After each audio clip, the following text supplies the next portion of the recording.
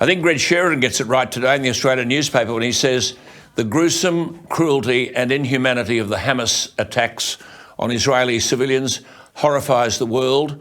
Every civilised human being recoils in disgust. Civilised, because some people don't recoil, every civilised human being. But he said, these events almost make you ashamed to be a human being, unquote.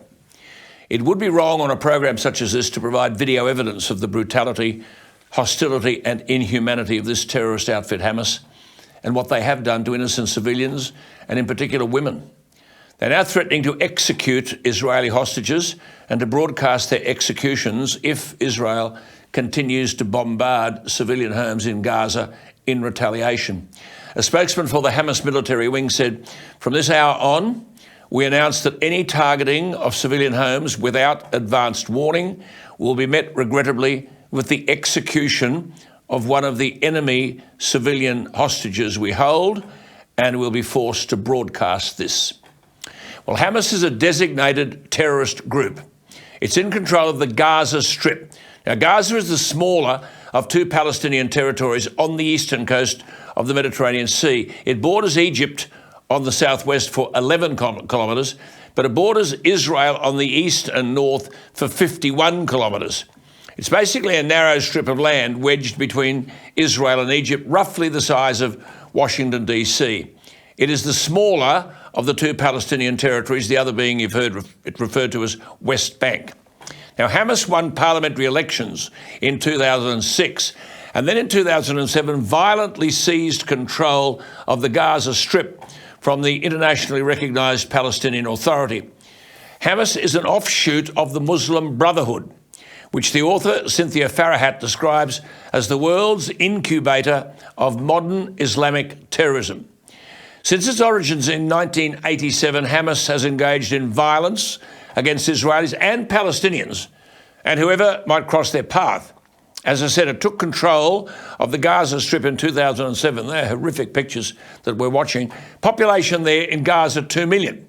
It imposed a totalitarian rule on Gaza, similar to the mullahs in Iran, attempting to implement medieval rules, oppressing its own population and threatening to destroy Israel. It's often said that the Gazans hate Hamas.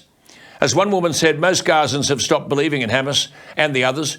You know why? Because they don't feed us, they don't provide anything. You have to depend on yourself. How can we build a future with these people?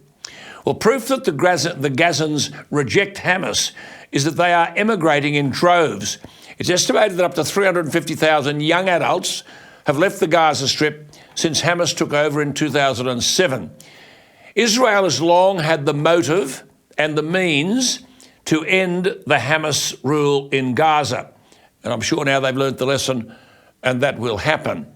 Its security establishment, that's Israel's, has up until now preferred that Hamas, for all its horrors and threats, should stay in power rather than have the Israeli Defence Force move back into Gaza, from which they withdrew in 2005, and Israel, the security forces, didn't want to run the territory again. Up until now, Israel, accepting the Hamas rule, has even encouraged the government of Qatar to send Hamas, in our dollars, $47 million a month.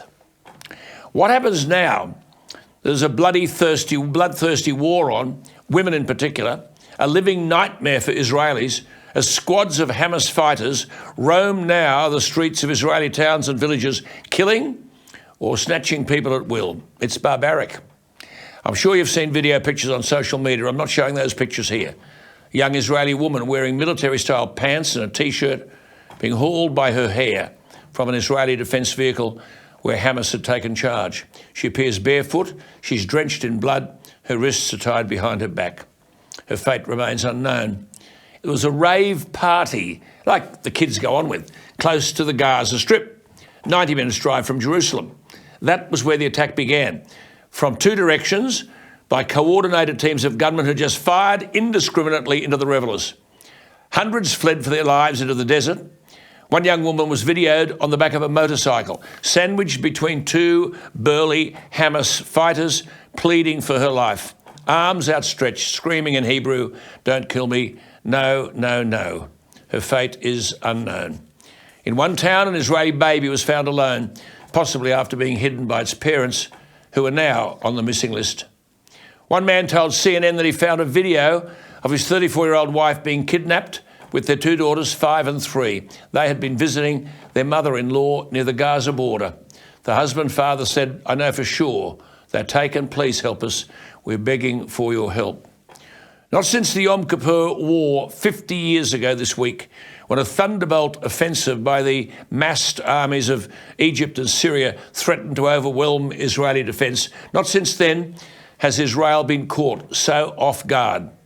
Some are saying this go down in history as Israel's 9/11. Commencing before dawn on Saturday morning, the Hamas assault was sophisticated and effective. Bulldozers and explosive charges tore holes in the border barrier through which hundreds of fighters, Hamas fighters, poured in on motorbikes, cars and utilities. Others landed by speedboat, somehow threading their way through the heavily patrolled seaway off southern Israel. Terror and confusion were unleashed on town after town. Gun battles raged through the day and into Saturday night as the Israeli Defence Forces scrambled to respond. 9 Israeli civilians, mostly women, were massacred at one bus shelter at a town 1 kilometre from the Gaza border. Some victims just lay where they died when their cars were hammered by gunfire on a highway.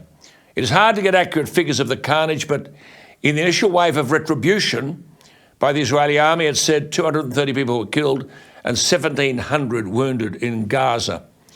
Heralding the onslaught of a fierce Israeli payback, prompted by Prime Minister Netanyahu, said, "All the places that Hamas hides in, operates from, we will turn them into ruins."